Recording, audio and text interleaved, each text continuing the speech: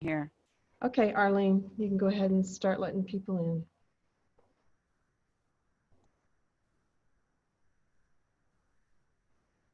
Whoa. It's wonderful. Good morning. Good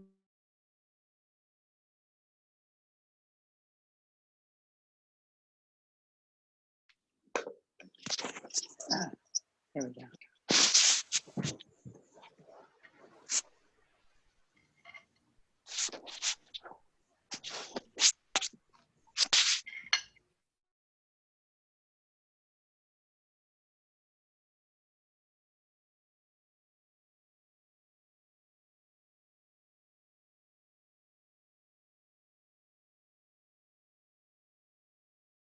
Okay, I'll try that again. So sorry about that. We've got people from all over. So some of you, it's not early in the morning like it is for Lavinia and I, but and Arlene in the background, like she's always doing for us. Yeah. So we're just gonna wait just a few more minutes because we've got quite a few more people still joining us. Still joining us.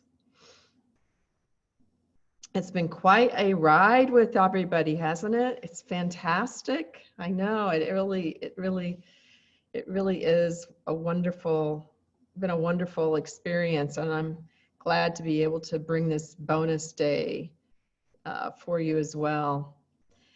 And it's going to be a really good day. We've got this morning here with Lavinia, who I'll introduce officially in a minute, although many of you will feel like you already know her quite well from the interviews. And then we have a great afternoon for some things that are a little bit more clinically based, because we really didn't have a lot of that in this particular summit. Okay, so I'm gonna get ready to turn this all over to Lavinia here. Lavinia Plonka has been the co-host for the Feldenkrais Awareness Summit for the last 3 years.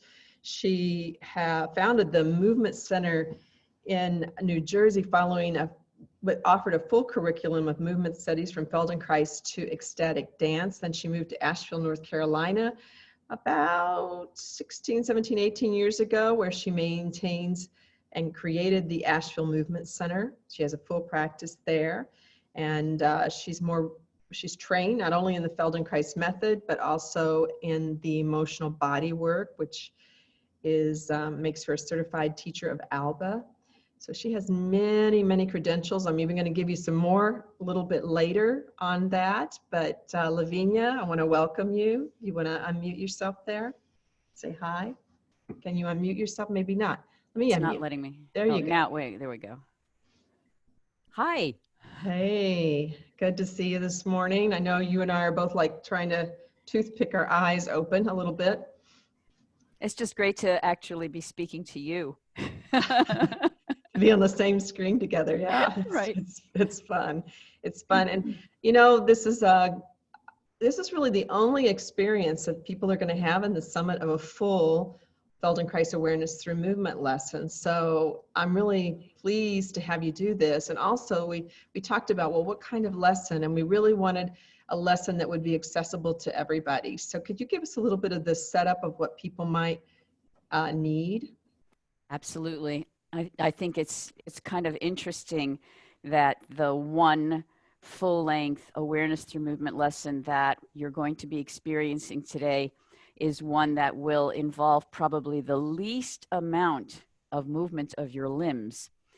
And and I love that there's so many hundreds of people. I said, all you have to do is say, rejuvenate your face, and the entire world signs up for a lesson. And of course, there's nothing like trying to rejuvenate your face at the beginning of the day. I see some of you are here in your pajamas, which I just love doing Feldenkrais in pajamas. But it doesn't matter what you're wearing, and it actually doesn't matter what physical state you're in, as long as you've got your brain and your ability to image for this particular lesson. So the first thing that I want everybody to do is make sure that you have some way to be comfortable for the next 45 minutes or so. Lying down is ideal. You can be lying down with your knees bent. You could be lying down with bolsters under your legs. If you cannot lie down, and by the way, you could even do this in bed. if you're still in bed. But you can also do this entire lesson sitting in a chair comfortably. So whichever way you want to be comfortable, because what we're going to be doing today is we're going to be exploring in a way, I know that throughout the week, people have been talking about things like proprioception and interoception. And so this lesson is kind of like a proprioceptive interoception adventure. You're going to be exploring yourself from the inside out. And through that process, we'll begin to see how the inside can affect the outside. So I don't want to give any more, but what I'd like everyone to do, and I'm not going to be doing anything except trying hard to resist doing the movement with you because it is so subtle. So find a way to get comfortable. There will be nothing for you to watch. And ideally, for most of this lesson, you're also going to have your eyes closed. So hopefully you've all had coffee and you don't fall asleep halfway through, but I think you're recording it, right, Cynthia? We are recording it, So Lavinia. if you do fall asleep, it's okay. You'll always have access to it if you've got the Yes, pass. absolutely. And I just want to tell people that I'm gonna be doing the lesson with you, I hope. And when the lesson is done, there'll be a chance for you to ask questions. Lavinia will give you a moment, of course, to acclimate yourself and feel yourself, but then there'll be an opportunity to ask questions or share comments. And during that time, please be sure that you do not turn your camera on unless you're okay with us actually showing your image to the world. So I'll remind you of that again when that comes up, but I just want to give you a cue about that as well. Okay, Lavinia, it's all yours. Thank you. So Can't hear you. you can't hear me now? Now I can. You cut out completely for a minute there. Yeah. Okay. So I'll try really hard not to move too much since this is not a movement oriented lesson. So hopefully everyone by this point has found your comfortable position. And I do want to say that if you find yourself sometime during the lesson no longer comfortable, remember that you have permission to shift yourself, to move yourself in any way that works for you. And so what I'd like you to do now is just begin to, wherever you're at, tune into your breath. And just begin to listen to how the breath is entering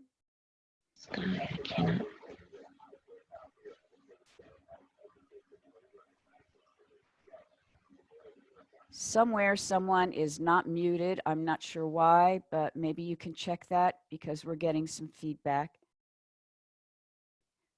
And if you can feel how the air is moving into your mouth, most of us don't even think about the air moving into our mouth and how it moves in and down your throat. Just feel that and then how it goes out. So there's this movement of air as I inhale. If you're a nose breather, if you're a mouth breather, you're going to feel it differently.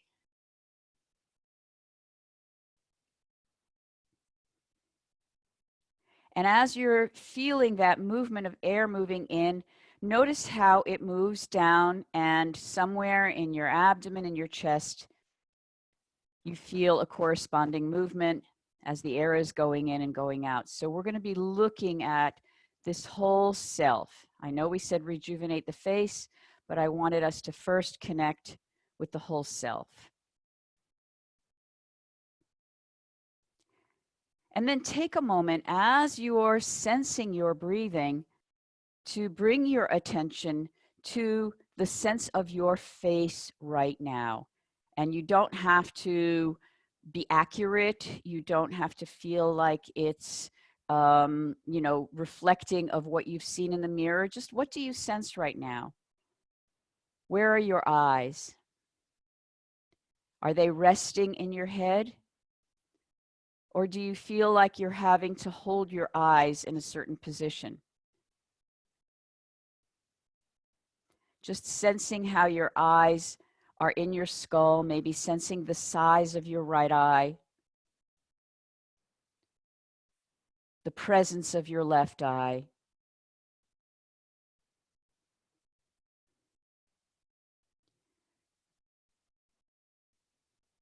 Sensing the nose and the distance of your eyes from your nose.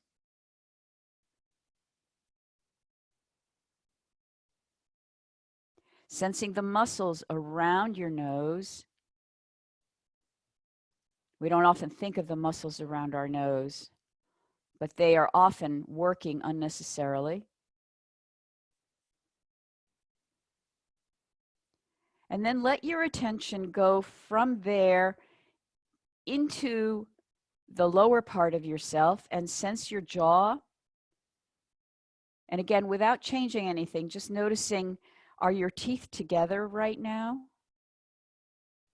Are they apart? If they're together or apart, does it feel like the teeth are right up on top of each other, or does it feel like one side is over a little to the side than the other side? So I begin to start to get a sense of the shape of my face.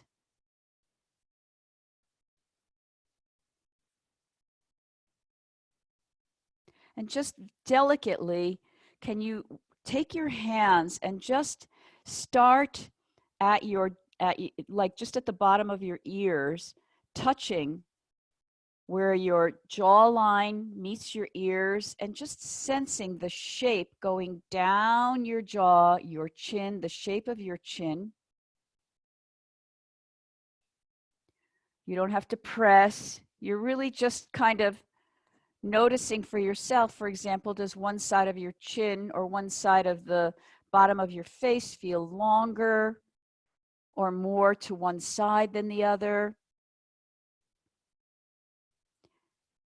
And then just place your hands very delicately by your ears and just imagine the space in between your ears. You don't have to be accurate in any way. So we get a sense of the whole shape of the mouth. And then you can put your hands down. One of the things that really attracted me to this work was the idea of experiential anatomy. I was never really good at looking at books and memorizing things, but the idea of understanding how I am built, how I am organized from the inside out is something that has always fascinated me. So just sensing this connection of myself, and now we will go inside. So take a moment to go into your mouth and turn your attention to your tongue. And just notice, where's your tongue hanging out? Is it lying on the bottom of your mouth, in the lower jaw area? Is it pressing against your teeth? Is it in the center? Or is it a little drifted to the left or to the right a little bit? And again, don't feel like you have to change anything. This is the interesting part of the mouth. We don't think about our tongue, even though it's, this huge complex of muscles that does so many different things. We use it for talking, we use it for eating, we use it for tasting, we use it for so many different things. And it, because of the muscles that connect up down through the neck, is connected to so many other parts of myself. So just by having a relationship with my tongue, I can begin to create a shift in other parts of myself. And so from your tongue, can you let your attention travel upward to the roof of your mouth, your palate? And just sense the shape of your palate right now for yourself, in your imagination, in your mind's eye, how you would imagine. Does it feel like it's a flat area? Does it feel like it arches in the middle? Does it feel like it points? And then see if you can take your tongue and place it on the roof of your mouth as if your tongue flattens against the roof of your mouth.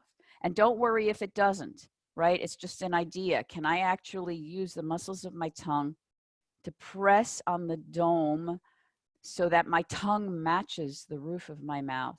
And try it just a couple of times. Just press and release.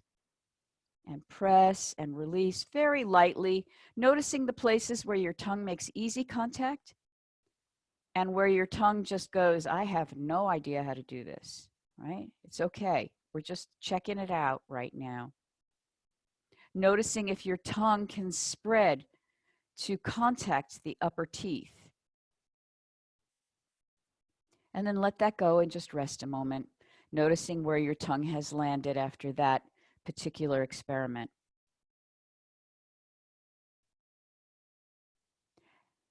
And now could you sense the tip of your tongue?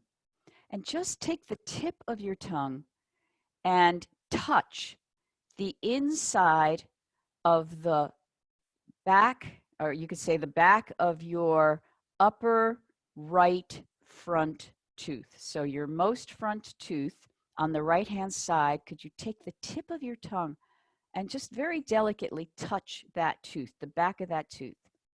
Touch and release, and just feel how, again, the muscle of the tongue has so much delicacy that it can just reach and just touch that one tooth.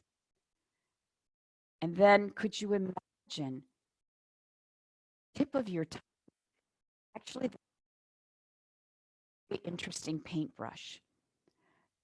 You can take that tip of your tongue and begin to paint a white stripe going from the back of that tooth along the right by the midline of your palate all the way towards the back of your palate. Now, as you do this, be delicate. Uvula, which is the little things in the back, please don't try. Just allow your tongue to travel from your tooth along the top of your palate, right to the right of your midline of your palate, and then return as if you were painting a white stripe just by the midline of your palate on that right side.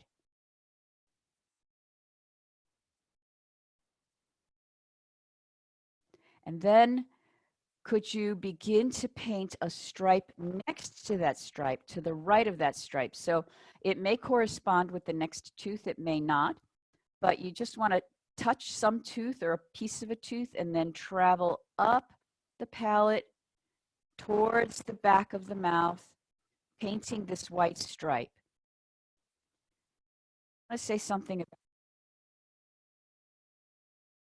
as we're wired. And if you're not, it is totally okay.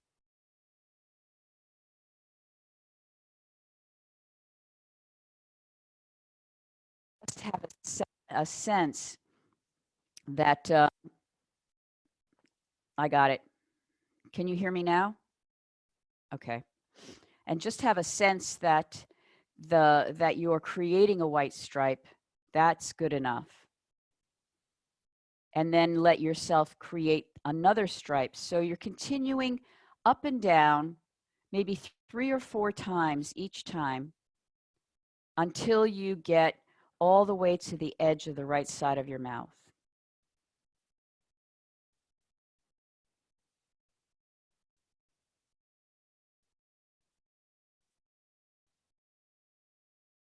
All the way to the edge until you find that you're actually beginning to paint even the inside edges of the right sides of your teeth, of the right teeth on the top.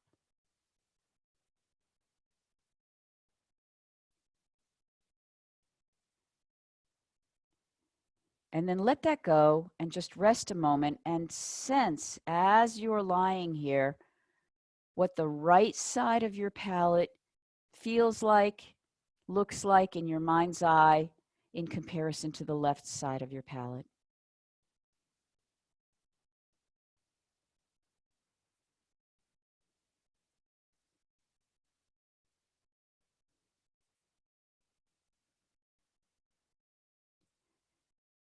And then we'll try the same thing on the left side. And this is really interesting. When you shift to the other side, you may find that the muscles of your tongue do something completely differently on this side. So start slowly. You start at, again, that left front tooth and just begin painting right near the midline taking your time as you travel all the way across.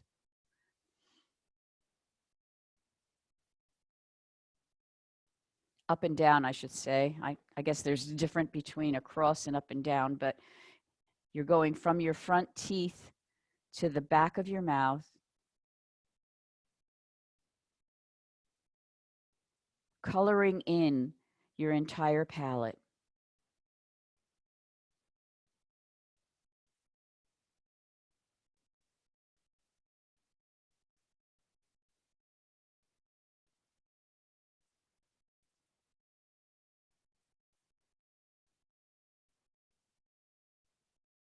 And as you're doing that, of course, you end up coloring your teeth a little bit with your imaginary white paint.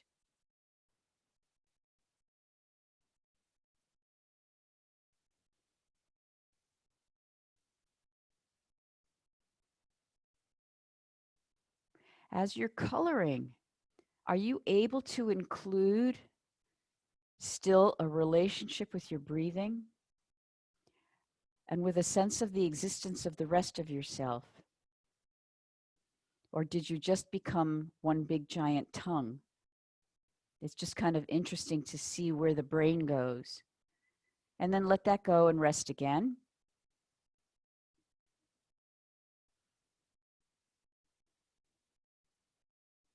Notice if your tongue is in a different place in your mouth now.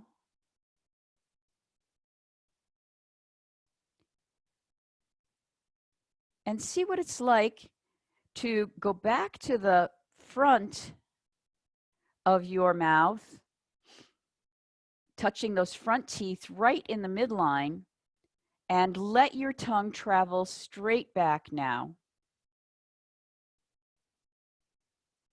Someone asked if when coloring the palate, are the lips closed, is the jaw slack? And I want you to explore. I mean, it's a very different feeling if you have tightness in the jaw. It's a very different feeling if you open your mouth. So when you have a question for yourself, explore. Ask the question of yourself as well. What works for me? And then let that go. And now could you take the tip of your tongue and bring it to the back of your furthest back molar or your wisdom tooth, whatever is the furthest back tooth on the right side. And imagine that your tongue has the power to push your tooth a little bit outward, as if you were trying to create a little bit more space between your tooth and the roof of your mouth. It's a very delicate movement, but just a little press outward, as if you were creating space between your teeth. And then go to the next tooth and just press a little bit outward and release, right? You press and release.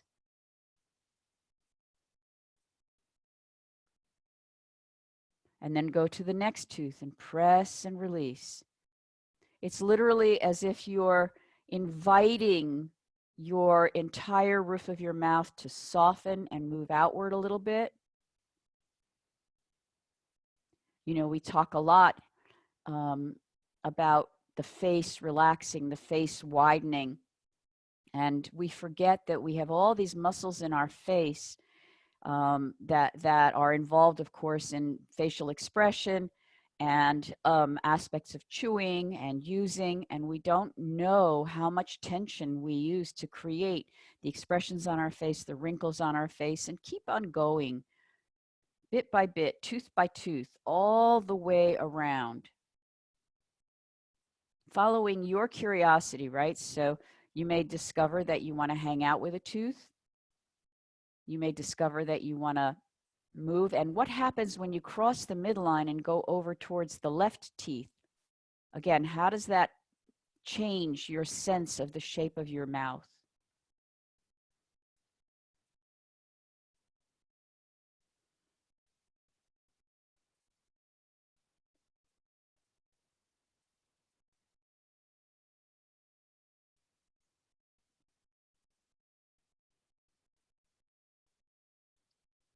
And then once you've gone all the way around, just let that go and rest a moment. And again, take a moment to sense that space of that whole upper palate.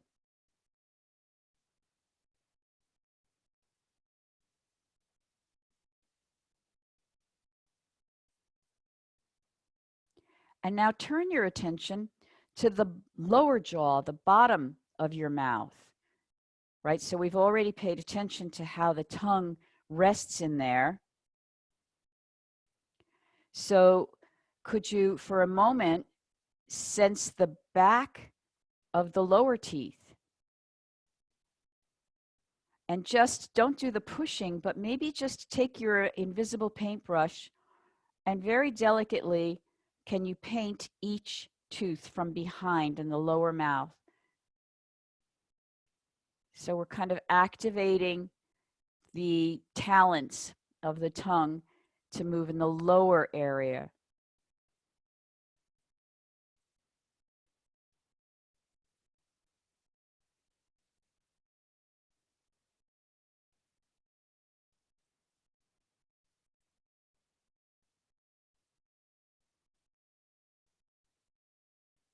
And then once you've gone all the way around like that, start at the left and see if you can once again use your tongue to push each tooth out just in your imagine. Of course, you're doing it in your imagination. Your teeth are not going anywhere, but there's a feeling that you're moving, you're creating space, you're allowing the teeth to find their proper place.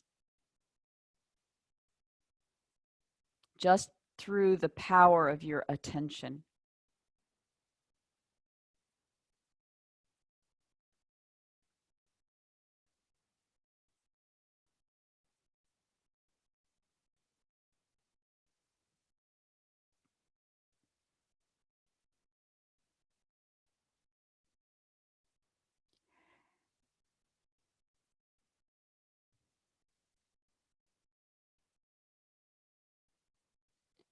And then let that go and pause a moment and see what it's like to sense now the whole inside of your mouth,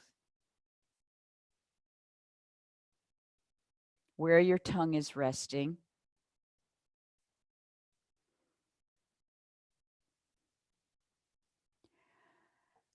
And then take your tongue again and press it back up against your upper palate and just notice where it goes.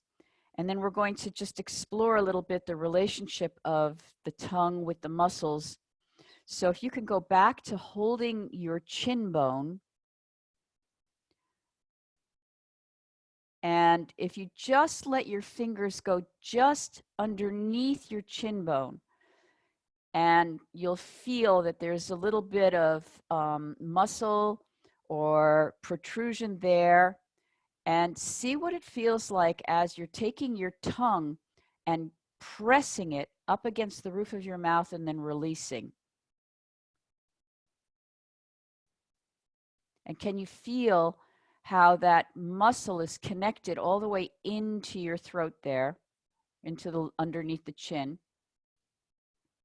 You can also feel it when you swallow. So just for a moment, can you play with what would be possible? How could you differentiate your tongue from this? Can you see if you could be so soft with your tongue moving up against your palate that you don't activate those muscles? What do you have to do with your tongue to be able to press your tongue up against the roof of your mouth without those muscles bulging out?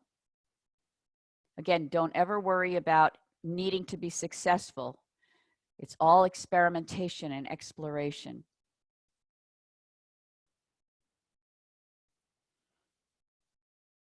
And then let that go. Bring your arms down and just rest a moment. Sensing your face. And sense your cheeks right now.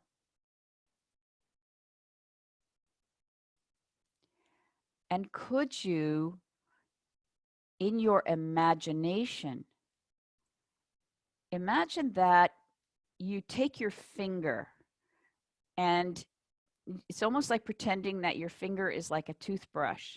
And imagine that you have taken your finger and placed it in your mouth, and you're going to the back of the bottom of your right teeth.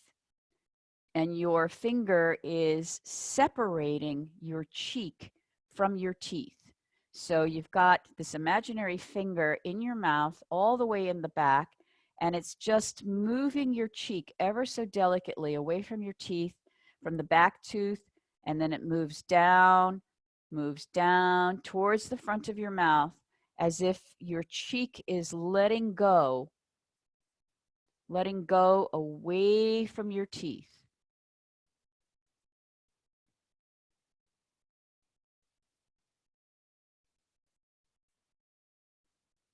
It's just in your imagination. There are lessons actually that Feldenkrais taught where he actually did tell people to go wash their hands and stick their fingers in their cheek. But you can do it with your imagination just as powerfully. And then let it continue traveling over to the left.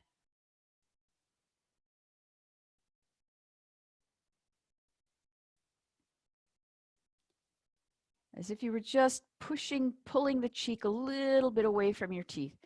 And then once you get all the way over to the left side, just take that imaginary finger and swish it back and forth as if you were taking your toothbrush and just creating even more space in the bottom of your jaw.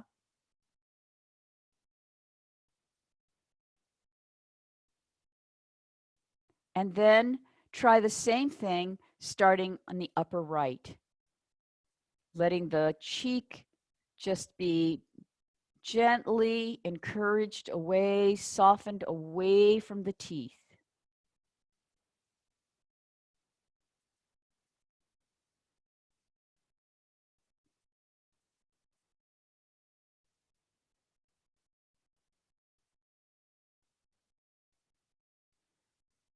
What does that do to the muscles underneath your eyes?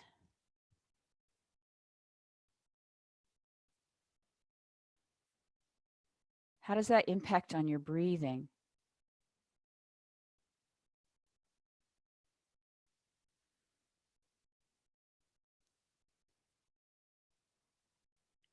And then just let that finger or toothbrush swoosh back and forth a couple of times, very delicately. We don't need collagen or silicone injections to poof ourselves. We can just allow the spaciousness, right? If we think about ourselves as mostly space or mostly water, we're rearranging our shape simply through our intention. And then once you're done with that, just take a moment to sense your mouth.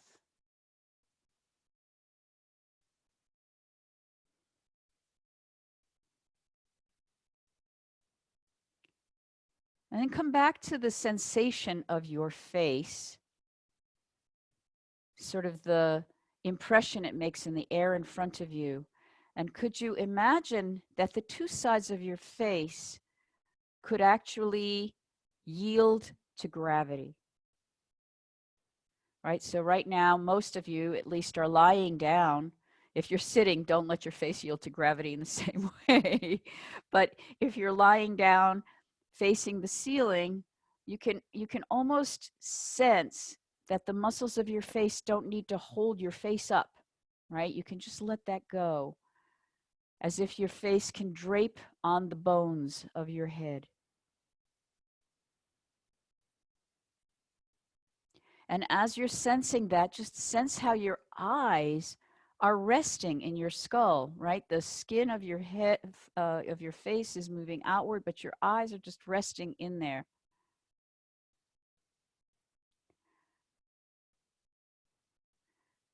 And see if you can sense the hollows of your skull where your eyes are resting. So if you need to touch, you can touch the top of your cheekbones. You'll feel that there. You can touch your brow line, just feeling You know, it's a big, big space where your eyes are resting. And I want you to turn your attention to the right eye. Actually, for one moment, sense both of your eyes, sensing whether one feels bigger, whether one feels more present for you. And then go back into your mouth. And sensing that right eye, could you take your tongue and bring it back to where, if your eye was resting on top of the roof of your mouth, which it practically is, could you get your tongue to touch where the bottom of your eyeball is in relationship to your palate? Right, so there's this very incredibly thin bone right there that separates your eyeball from your mouth. So when you take your tongue and just touch back there, you're connecting with that eyeball. Try to see in your mind's eye the bottom of that eyeball, and could you take your tongue and like take your paint and starting in the center of the bottom of the eyeball, just paint a little circle where you feel your eyeball is resting.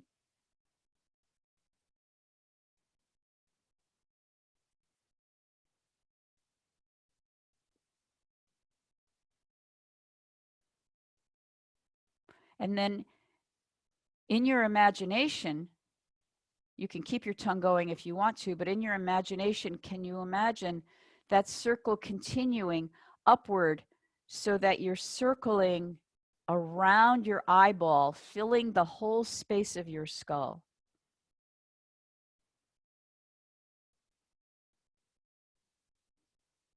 Take your time.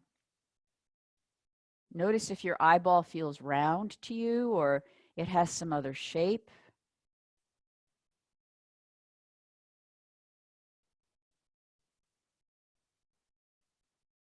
I kind of like to imagine that I'm wrapping a ribbon around my eye.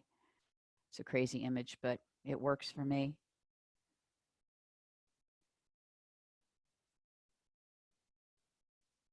And then come back to where the eye is resting on the palate. And just a couple times, just press against that spot. And then let that go and take a moment to feel how the right eye feels in comparison to the left eye.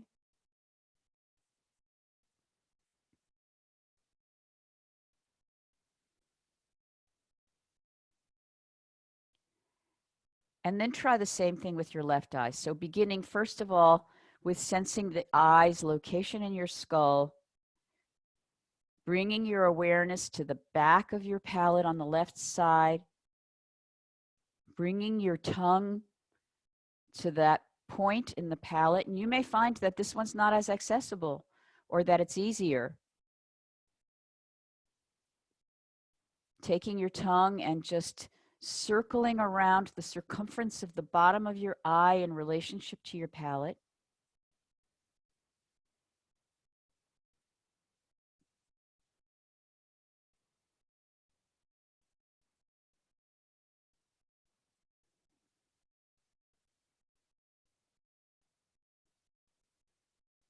We'll get to the nasal cavity. Don't worry.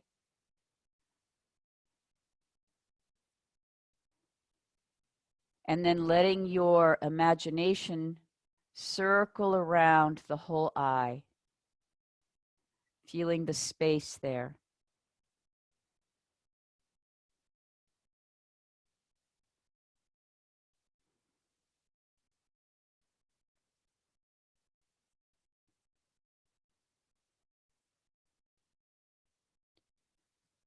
And now you've got your two eyes and the space that your eyes are resting in.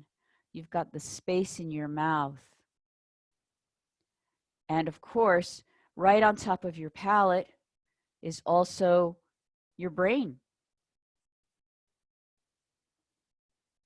So it's very hard to feel your brain, but you can imagine the space that your brain occupies.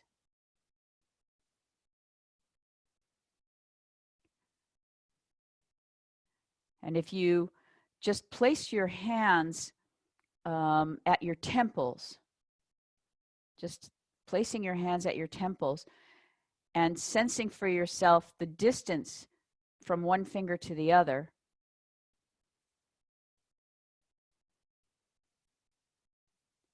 And then with your fingers, you can move backwards along the ridge of your skull. This is where I get to see how many people fell asleep. So you're moving your fingers along the ridge of your skull to the back,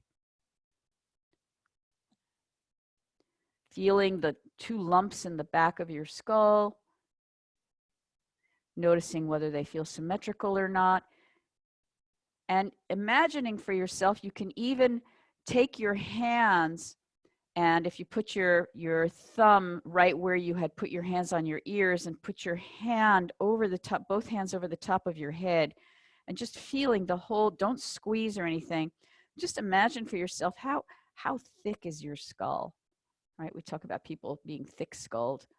How much space is there between your skull and your brain? And as you're breathing, could you imagine that as you're breathing in through the nose and filling the bottom of yourself, that there's also space being created in your head? And then let that go. Take a rest.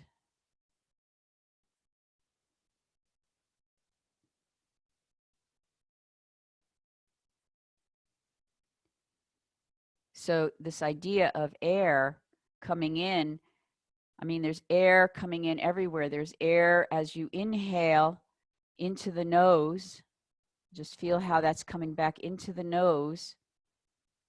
That you also have air moving through the tubes in your face that go out to your ears. And we've all done this. If anybody wants to, if you take your hands and just plug up your ears for a second, take a breath in, and with your ears plugged up, you try to exhale. And then if you close your nose and try to exhale, you'll feel that as you close your nose and try to exhale, sorry, I did it. That's why I sounded funny for a minute. You'll feel the air that's moving through that whole nasal area.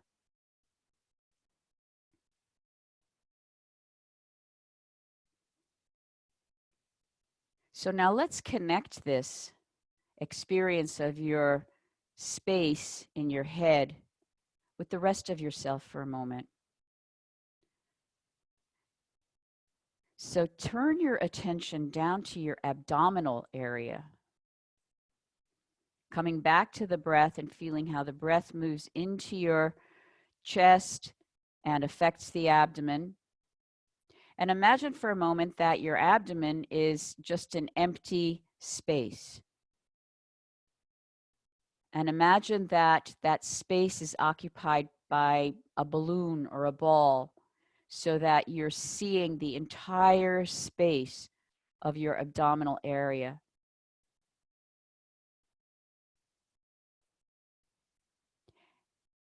And then in your next breath, can you go back up to your head and see all the different spaces in your head, in your mouth, in your skull, in your eyes, in the nasal area. And just imagine that that whole thing empties out so that you've got a balloon for your head.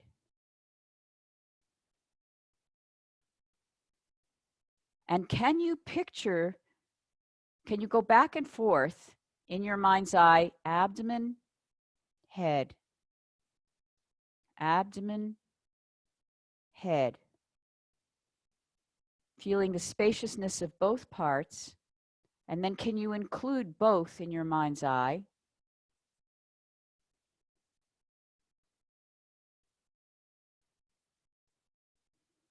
And then let that go.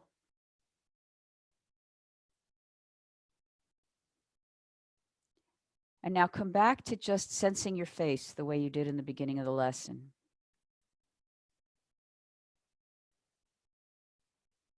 Once again, bring your tongue to the roof of your mouth and see what it does now.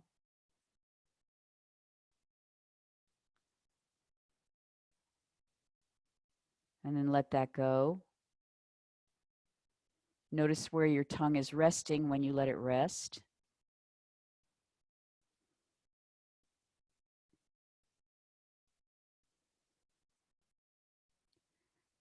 And then slowly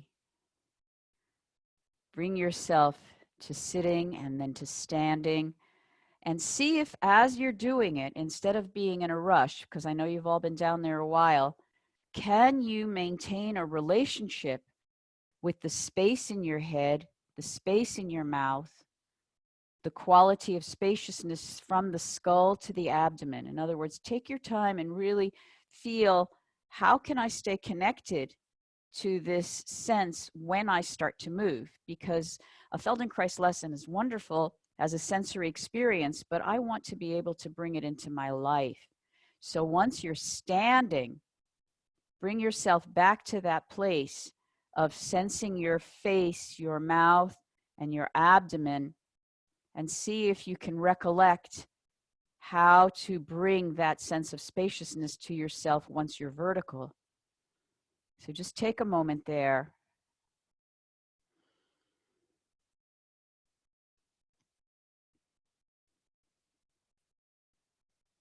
See if just doing this imagery has in any way impacted on any other part of yourself.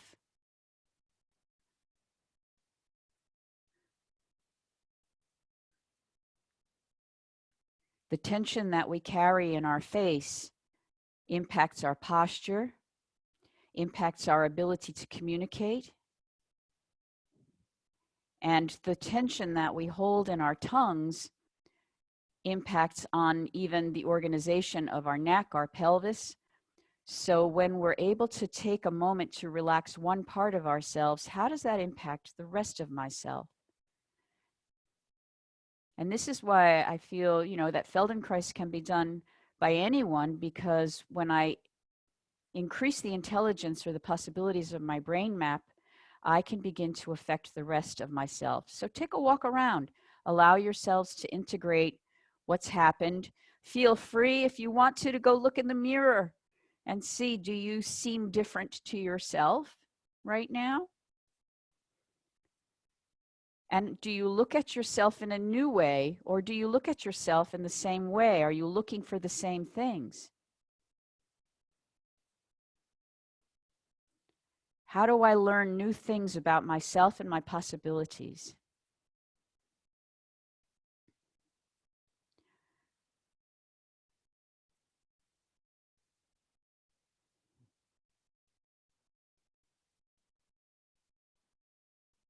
And then as you slowly come back, anybody who wants to, I see Cynthia's back online there.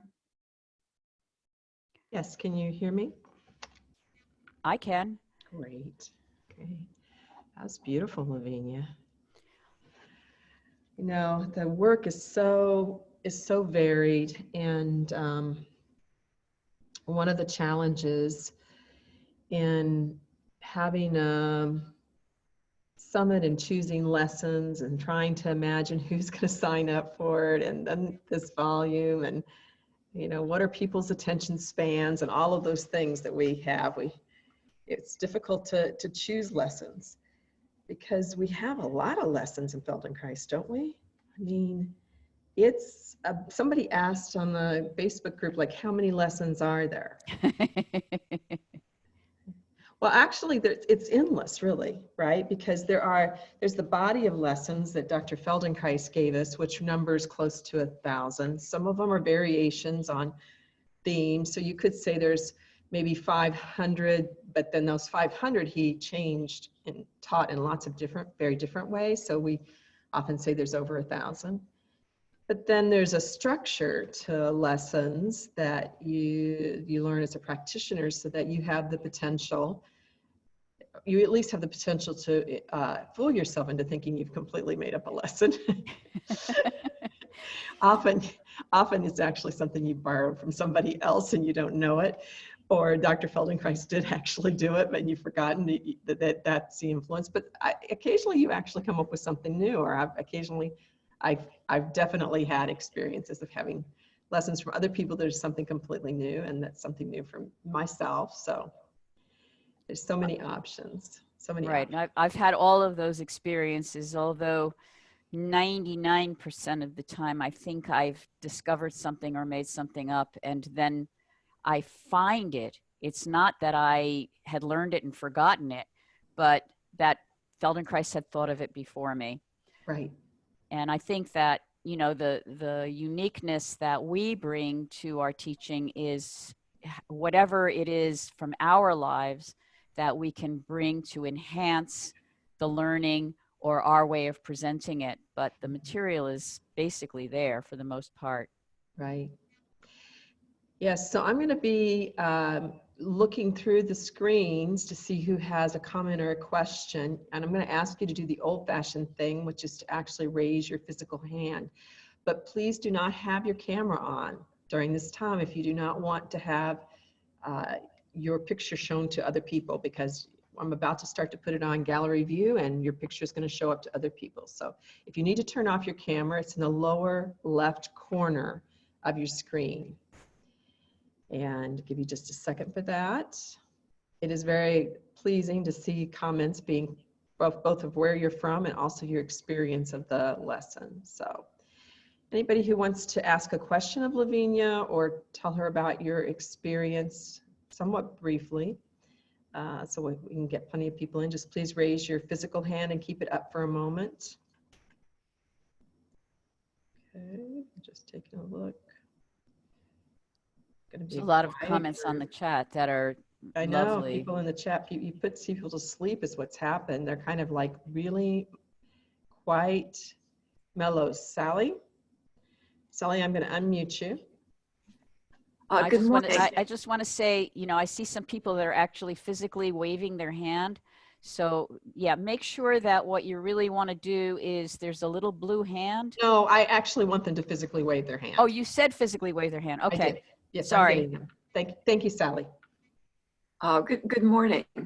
I've been being treated for TMJ, the biggest problem on the left, and recently had teeth equilibrated because there were multiple planes, and doing things with my tongue that I would never have thought about doing.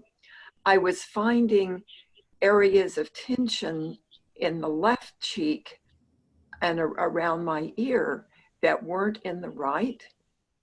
And what I was feeling in the muscles underneath my chin, that this is so fascinating and maybe an additional help to recovering from this problem.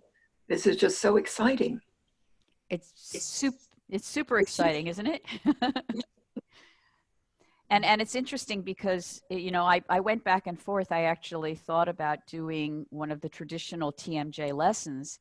And so here, instead of working directly with the muscles of the jaw, you see how you can work in an auxiliary way to help relax parts of yourself. Thank you. Thank you. Okay, let me see who else would like to speak up. Just put your hand up and wave at me and just keep it up for a moment because I have a few screens here to go through to grab somebody. Yes, Robin, unmute you. Good morning. Good morning. Lavinia, I'm a longtime fan of yours, especially in your work on falling. But today, I really noticed how right-faced I am because I tend to see out of my right eye a lot more because my left one has some issues. But it just really gave me the thought of how much I would like to repeat this exercise more on my left to kind of bring it to life, because I really felt a lot of air and energy on my right side when I did it. Yeah, it's really interesting, isn't it? How, I mean, we're all asymmetrical.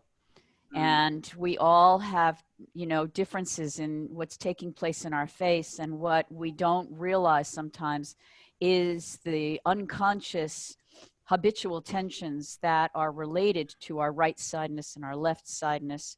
And even neurologically, how maybe one eye doesn't want to go to the left, or and how all of those things affect the shape of our face and therefore affect how we face the world. So thank you for that. Thank you. Jennifer, I'm unmuting you, Jennifer Keegan. Hi, I have a question that I'm curious about. This practice is relatively new to me over the past while, and I find almost every time that I do a practice, I get really exhausted and really start yawning and occasionally falling asleep, even if I didn't feel that sleepy before. So I'm just curious why that might be, or why it might have that effect on me. Well, and I'm going to let Cynthia jump in also, but I'll give you some of my thoughts on that. First of all, whenever it's a new practice, there's so much new information coming in, even though it seems like you're doing very little. Your nervous system is taking in a lot of information. And sometimes when the nervous system is overwhelmed with information, it has its own ways of coping, right? And so that could be feeling tired, feeling sleepy, wanting to cry, getting nauseous. All kinds of things happen when the nervous system feels overwhelmed because it's trying to tell you that it needs to rest. So you can honor it that way. But the other thing that I found sometimes is if we're new to this kind of very quiet lying down practice, I mean, most of us spend most of our lives, and I know you've heard about it throughout the summit, in this sympathetic mode. And our parasympathetic mode is usually only triggered when we go to sleep. And so then suddenly you're lying down in the daytime and your brain is like, oh, must be time to go to sleep. It doesn't have the space yet to just let go and be in a place of being awake while lying down, doing things that are normally done when I'm asleep. So there could be any number of reasons why this is happening for you. It could be that you're starting to relax in a way that's unfamiliar to your nervous system. It could be that it's too much information. It could be triggering the parasympathetic response. Each one of us has different reactions. For me, the important thing is not to judge it, but to be curious about it. Maybe you can play with changing your position or taking a moment to open your eyes, indulging in the yawning. Each time, try something different to see what kind of information you can gather about yourself and your relationship to these movements. Cynthia, do you want to jump in on that one? No, I mean, I think you said pretty much anything I would say. The maybe only other thing I would add is that, and I think this is a fairly rare situation, that sometimes people will find the work overwhelming for their system and they will just start to fall asleep and check out. And so that's an indication, I think in those cases, to, you know, allow yourself to get up, walk around a little bit, come back to it. Mm-hmm. But it's just an opportunity for you to get to know yourself. I always, as the more I drop in, the more I yawn. And I will start to actually, if I'm in an intensive, I'll start to rub my face and rub my hair, which of course you're not supposed to do right now, right? So it's the ultimate self-soothing though. And I always know when that happens in a workshop that I'm like, oh, wow, I'm really going back now into myself, into a place that I rarely get a chance to go. So, you know, if it doesn't disturb you, I wouldn't be concerned about it. If it feels disturbing in some way, then I would start giving yourself some breaks and come back to it. That's the only other thing I would think I would add. I'm going to thank you for that question. It's a very good one. I'm going to unmute Wendy.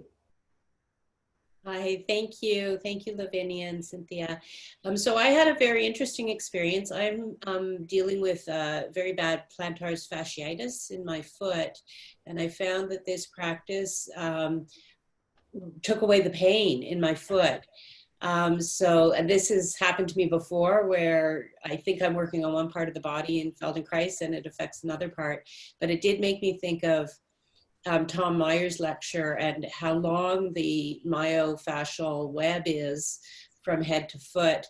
And you've inspired me to try to address my foot pain in another part of my body because just touching my foot makes it worse. So thank you, Lavinia. This was very effective for an unexpected outcome. Can I add, before Lavinia responds, somebody said in the comments, Bethan, I sometimes struggle to sit back on my heels without realizing I'm suddenly sitting in that way. Without realizing it, I'm suddenly sitting in that way comfortably. So the way you said that the mouth tongue can affect the pelvis, yes, it does. Right, and referring back to Tom's the different anatomy trains and feeling that connection is very powerful. But for sure, we very rarely go just to the part that hurts, right? Because the part that hurts is ready to defend itself, and it's nervous in a way. So I'm somebody in one of the things said that they were anthropomorphizing the other day by giving the different parts of themselves personalities. I think it might have been Josh, but we want to look at how everything is connected to everything else. You know, how you do one thing is how you do everything. So when I begin to relax my mouth, my tongue, then other parts will relax. We don't even have to say there's a cause and effect or an anatomical connection, because when you're relaxing the tension there, maybe whatever tension is moving all the way down to your foot can let go as well. So that's a wonderful experience. But yeah, remember that the other thing I was going to say is the arch of the foot is very much connected to the mouth. So that would be an interesting thing for you to explore. Thank you. Okay, I'm going to take a look here through screens again. If anybody wants to raise their hand, literally, physically, I'm looking. I'm ready for you. Okay, Esther. Hi. I want to say thank you so much for this summit. I've had so many profound experiences, and this was another one of them. I feel taller. I feel like my mid back doesn't feel hunched like it has been. I feel like there's more space in my neck, like between shoulders and my chin. And my eyes are more relaxed now. And there's more, I'm sure. I can't remember it all, but thank you so much. Thank you. Thank you for that, Esther. Appreciate that. Let's see who else wants to speak up. Had something. Honor 9 Light. Hi. Hello. Hi, my name's Tracy. Hi, Tracy. Hi. I'm sorry, I missed this session, and my question is, I would really love to take this session, and I don't know how to do it. Have I missed it now? And no, there'll be a replay up in about 2 hours. So just right here on the same page that you linked to get here, the replay will be up. You'll need to refresh your page to see the replay, but it has to download, and then we have to upload it again. And then you have 48 hours to see that replay. thank you so much. I have been following the Feldenkrais Summit, and I really, really enjoyed it and learned so much. So I'm very, very grateful. Thank you. You're quite welcome. You're quite welcome. Me. Okay, who else? Let's see. I saw a hand. I lost her. Where was she? Yes, Sharon. Hi, Sharon. Nice to see you. I wanted to thank you because it really was helpful for breathing. I do so much exercising outside and have to wear a mask in New York City for COVID, and it produces such a sinus drain that it's impossible after 5 minutes of exercising to breathe out of your nose. So I've only been able to mouth breathe, and this lesson kind of restored my breathing from just at least I've already been out to bike and do all of that this morning, but it's so stressful to only be able to breathe out of your mouth for the majority of working out because you can't at some point breathe with a mask out of your nose. So this was a really nice way to restore a sense of breathing through my whole chest and my nose, and my eyes felt lighter. So, and just everything opened up to breathe. So thank you. Well, you're welcome. And you know, maybe try when you're exercising to recall the imagery. Don't close your eyes though while you're riding your bike, but to just have a recollection of that feeling of spaciousness and see if that maybe takes some of the stress out of the process of what you're doing in your daily life. I know it's hard, but you know, and I know that the more anxious I feel, the more anxious I feel. And so bringing yourself back to this place, this memory, even a small reminder, oh, what's the roof of my mouth feel like, could actually help you during your workout during this time. Yeah, it's a matter of that you actually physically can't once the sinus is drained into the mask. So you can physically only breathe through your mouth. No, I understand that. And I'm that's talking gonna be a about huge the thing sense for of people. stress. Yeah. You know. Okay. Thank you. Yeah. Thank you very much. And let's see who else we have. Let's see here. It's hard to tell when you people are adjusting your screens if you're waving or not. That's funny. Okay, Preet. Oh, hi. Preet. Hi. Hi.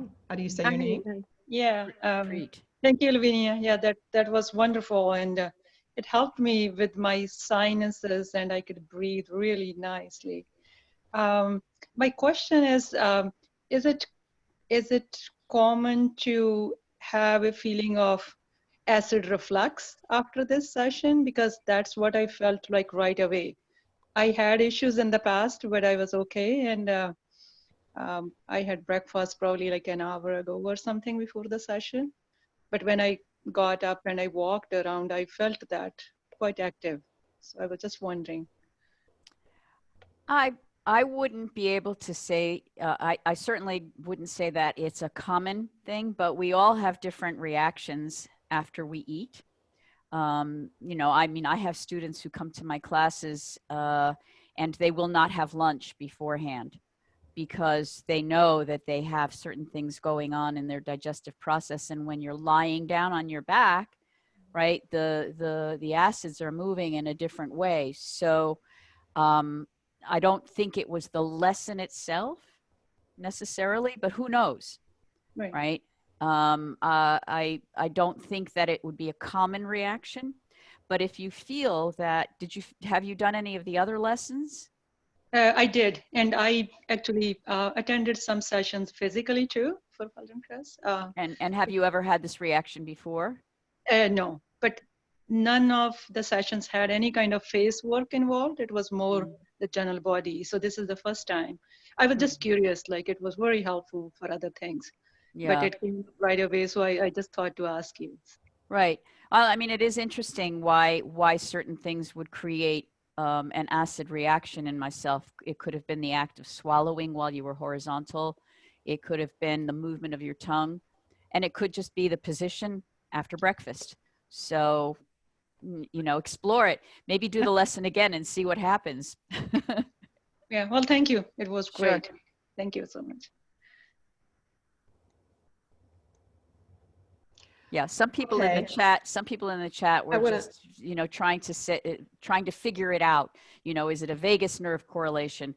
Was it this that made me nauseous? And you know, to me again, it's so much about me trying to find the answers, and instead let's stick with the experience and the exploration because you know, it's easy to find answers. And what is it Moshe said? Once you found the answer, then there's no more questions. Right. So, yeah, it's very interesting. I'm a health professional, so it's very interesting to see the impact of, and I have chronic pain issues, so to see the impact of these subtle moments from plantar fasciitis to sinus issues like other people kind of distress. Like I felt my sinus opens right away after this session. So it's like so nice, especially for somebody who is suffering from chronic sinus issues and breathing issues, and with the Canadian weather and then allergies coming up. Right. So, but it's great. Yeah, thank you. Yeah, and there are a lot of other lessons that impact the sinuses. So that would be fun for you to explore, those of you with sinus issues.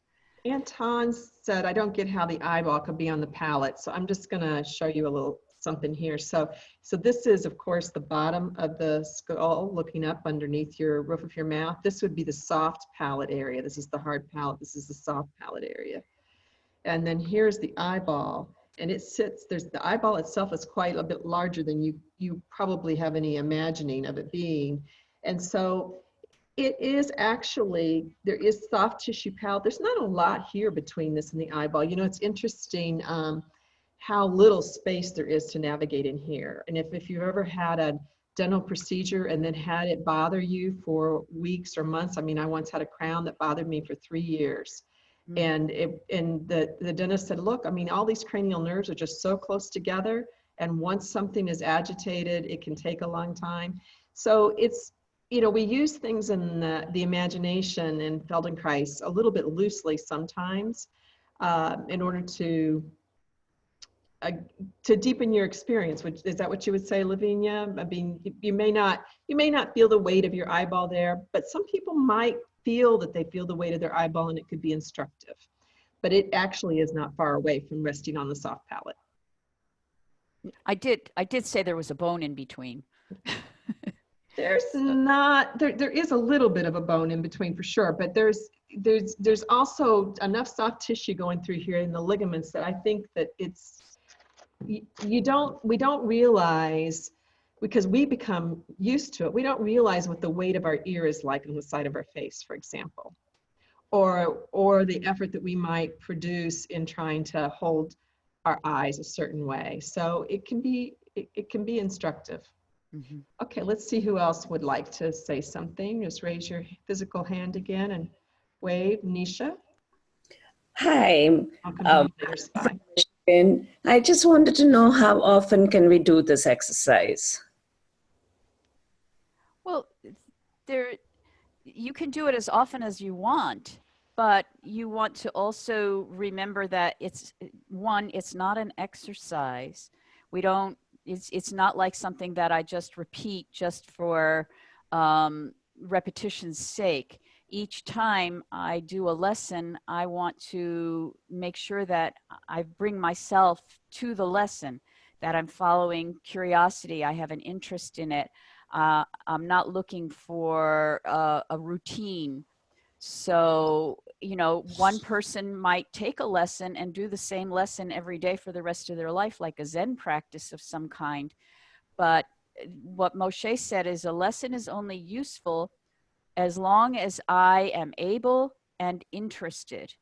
As soon as I lose my ability to follow a lesson, or if I start to get bored, I'm no longer learning anything. So if you feel like this is a rich source for learning for you, then Yes. do the lesson as often as you want. But remember that it's not about just doing it as an exercise. It's really an opportunity for you to go deeper into understanding more about yourself. Does that make sense? Yes, it does. Thank you. I noticed that my chin is a lot more higher. Otherwise, it used to be like this. I really appreciate this from the bottom of my heart. Thank you so much. My pleasure. Or Moshe's pleasure. This is not my lesson. Sonyal said she would like to know how to go further. They is a physical therapist and yoga practitioner, so it's given many perspectives. I'd just like to say, for a physical therapist, yoga practitioner, you really want to do this afternoon sessions or watch them on replay, because they're specifically designed, those 3 sessions that are later in the afternoon are specifically designed in mind for you. The first 2 might be a little bit more of a stretch, but they're still the Feldenkrais work. The third one might feel like a little bit more home base for a physical therapist, because it'll have a little more physical therapy languaging in it, but it will still make a nice bridge. So for that in particular. Now, Lavinia, below the replay and also everywhere you've seen Lavinia's name through the summit, and tomorrow we'll have a page up and it'll be up for a few days to get people's giveaways. Lavinia has an option for you to sign up for a webinar coming up with her on her next steps. Actually, it's not there yet. What I No, have it won't be there yet because there's no replay there yet, but right. But that is what they can sign up for, right? No, it's a bonus recording. That's a bonus recording. Oh, okay. Right. Oh, Because they haven't put together the promotional material oh, yet. okay. But, So sorry. But there is a course coming up in June, and you know, if you sign up, if you sign up for the bonus, then you will be notified about the webinar. Thank you so much. Sorry about that. That's and okay. then also we'll be publishing next steps available as well. There'll be several next steps that, according to what your particular needs are, that you could follow through on. So lots of options for you, actually. And then last, I would just say, in terms of actual Feldenkrais training, if you wanted to become a Feldenkrais practitioner, at least for North America, you would go to feldenkrais.com. Most countries or areas have something similar for that you can get what are the trainings in your area, or travel to a training, which we know right now is a kind of a different situation. Okay, let's see who else wants to say something. We'll take about 3 more, maybe. Spy. Hi. I want to thank you for doing this summit. It's been a lifesaver for me. And I want to ask you a question. While doing this exercise, I have like back problems, and I could feel my muscles in my back were in spasm. So even though I was laying on the floor and was trying to follow the exercises, the feeling of the tension from the spasm I could feel in my back wouldn't go away, wouldn't let go. How do I proceed when that happens? So sometimes I lay on the floor, I don't feel a pain in particular, so I can do the exercise easier. But now when I'm trying to do something, work on my tongue and have this on my back, it just distracts me. How do I go about that? Well, there's a number of different strategies that you could employ, right? We're always about finding choice. So if you find yourself in a position that's uncomfortable for you, one of your first options or choices is to change your position. You don't have to stay on your back. Now, you know, if you had said to me, well, this always happens to me on my back, then I would say, well, then we have to look at what's going on in that. But you said that this was only happening this time while you were exploring your tongue. So, you know, like I just said a few minutes ago, you want to be able to do a lesson or a movement as long as you are able and as long as you are interested. And if your nervous system is distracting you with pain, you can't be interested or able because you're focusing on what is taking you away from this experience. So you could have changed position and see, does your back still hurt you if you try to move your tongue around while you're lying on your side? Or if you're sitting in a chair, that would give you some information right there. If you changed the position of your knees, if you stopped doing the lesson and just see, is my back still hurting when I'm not doing the lesson? So I'm gathering information about, well, what is the relationship of my experience of my tongue and my back, so that I can begin to start to understand, is there a connection? Is it random? Is it something else that's going on? Each time I come up against an obstacle or a constraint, I look for options. I don't just feel like I have to stay there and that's my only option. Feldenkrais always said there should always be at least 3 ways to do something. And I want to go in the direction that gives me satisfaction, that gives me a sense of safety. You know, sometimes it does feel like running away, but then if I'm curious, I'm going to come back to it. I don't know if that helps at all. Does help. So the back issue with the muscles was not, it did not arise because I was doing the tongue exercises. It was there before, so I was aware of it. Mm-hmm. And I did take different positions, but it wouldn't let go. It wouldn't let go. I still have it. So I don't know. I mean, should I try to calm myself down and not do and then do the exercise, or should I proceed with the exercise when I'm coming to it with a pain already there? So if you already have a pain there, yeah, sometimes I call that the baseline. You know, that's where I start. So, you know, we start from wherever we are.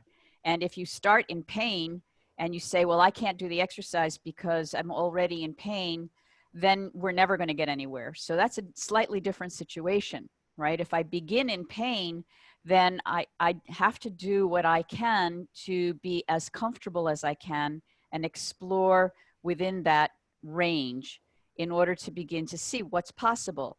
You know, maybe you have to start with just imagery around the pain.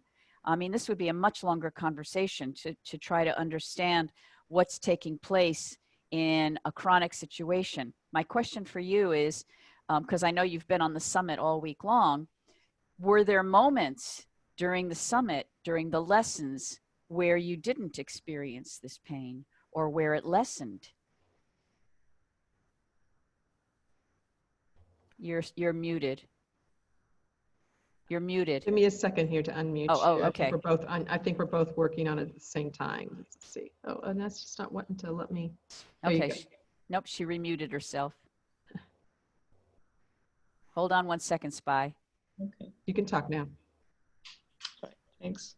So yeah, when I was doing Taro's exercise every morning, in the third day, I felt this incredible release. Like I was exhausted afterwards, like the same night and stuff. But the day after, like I slept through no pain. I woke up, I was like a different person. And I feel like, oh my God, like my mind is like, I have to go back when I get the recordings to go back to these exercises, because I figured somehow, I don't know how, but it really helped me. But now that I have a pain again, and I don't have the exercises to go to, I'm feeling like I'm going to do different exercises, because as you say in the summit, like working on one part of the body affects the others. Mm-hmm. But it's just this, you know, this, when I went into it this morning with the pain and I thought, calm down. It's probably, I'm going to work on my tongue. I've done this before. And I know it helps to other body parts, but my pain is so strong. And I couldn't find any position to make myself calm down to kind of be able to do this exercise. And I was actually doing it, and kind of my back muscles were shaking a bit. I was like, what am I going to do? I don't know. Cynthia, do you want to say something?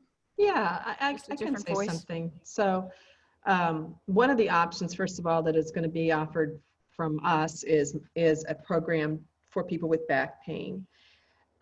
But also, you know, it's that, and I know this sounds easier said than done, but you know, that feeling of the panic arising, where you feel like, oh my gosh, I don't know what I'm going to do. I'm desperate. Should I do this? Should I do that? And that panic arising. I mean, I personally have done that many times around my own particular issues. And having some kind of strategy that you can use to talk with yourself about what is true. So here's what's true. You're miserable right now.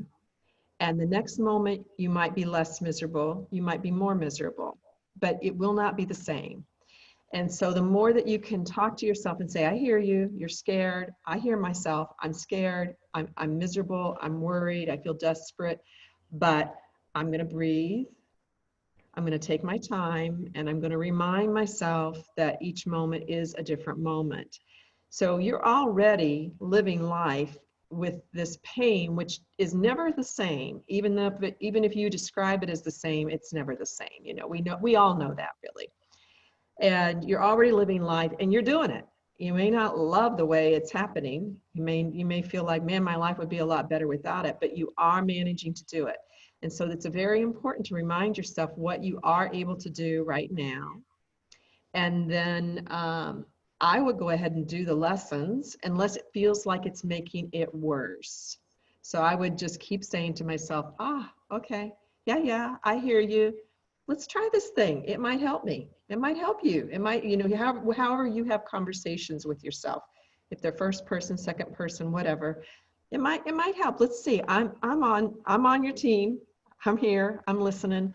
I'm going to be of value. We're going to do this thing together. So develop a team relationship, a loving relationship with that part of you that is so panicked and scared, and be sure that you acknowledge that you're listening, and just remind yourself that you're going to make it. And it's great that you had that experience with that lesson. It's fabulous. See, and you can use that as an anchor. And it might be that that lesson does it for you every time. It might not be. I don't know what your experience is going to be with that. But you're going to discover more and more of these kinds of moments where there'll be a spontaneous release, and that's going to give you more hope, more hope based on experience, right? More optimism based on experience. Oh my gosh, there was a glimpse of something completely different there. And if I did it once, I can probably do it again. So those are some ideas about how you might work with yourself. So if you're in a lot of miserable pain and lessons do not make it worse, do the lessons anyway. If you're in a lot of miserable pain and you're not sure if the lesson is making it worse, do a little bit, take a break, come back, do a little bit, take a break. But that little bit that you do, stay with small, slow movements, even in your imagination. Hope that helps. I want to say something for Mona, and Lavinia will throw something in here. Are there any specific lessons you'd recommend for someone struggling with migraines? I know it's a big question and may require an individual response, but if you have some ideas, I would appreciate that. Well, just like all the other things that we've been talking about, the causes of migraines are myriad. It could be coming from the neck, from the jaw, from stress, from it could even be coming from the ever popular vagus nerve. So we can't do a cause effect kind of situation. What would be interesting for you is to explore different lessons and see what relaxes the tension that creates the migraine. So I see a lot of people in the chat have been throwing up breathing lessons, eyeball lessons. And while that's true, those things are, again, me bringing my focus to the place where I'm uncomfortable, right? I'm going to fix my migraine by doing an eyeball lesson. That's not going to make it better. That's going to put a lot of pressure on your nervous system to try to fix a problem. So I would recommend that you look at lessons that allow you to find a place that will quiet your system.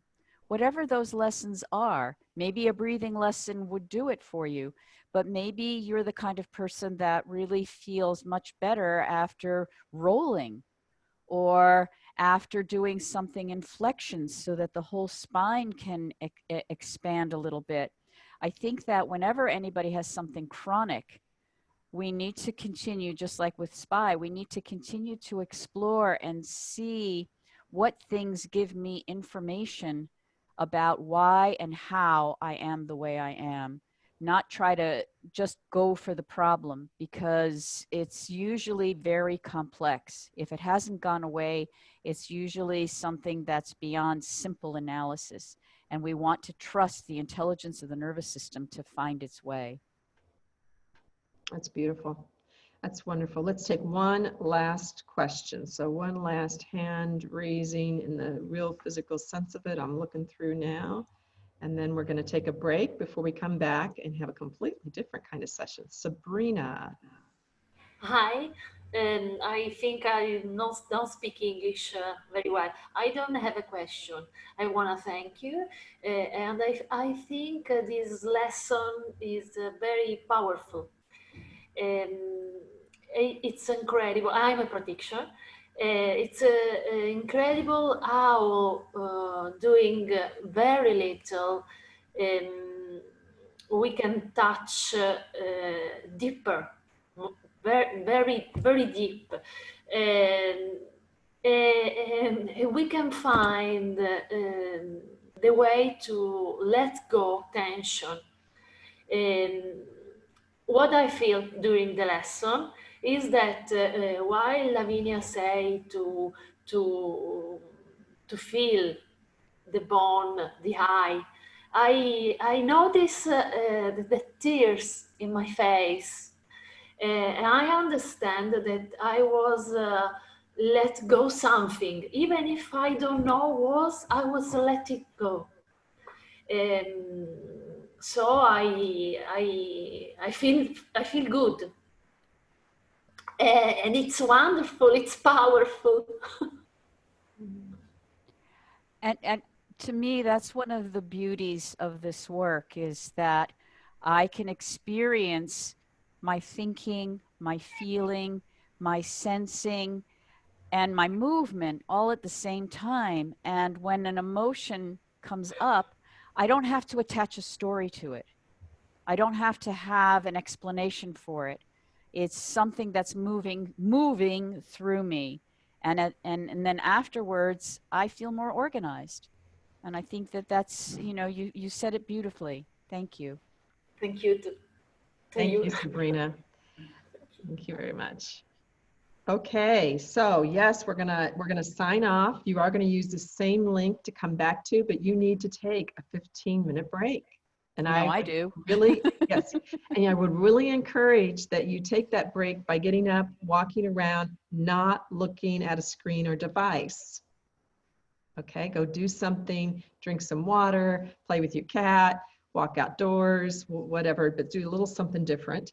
And yes, these recordings, all the bonus recordings, will be in the All Access Pass, and they will also be on replay for 48 hours. And no, we do not save the chats from any of the items. And I just doesn't feel right to me. I think it's not that easy to do in Zoom anymore, but it also doesn't feel right to me because people don't realize who all's reading them down the road. So thank you very much. And I'm gonna end this session, and you will come back through the same link in 15 minutes. Thank you, Lavinia. See you soon.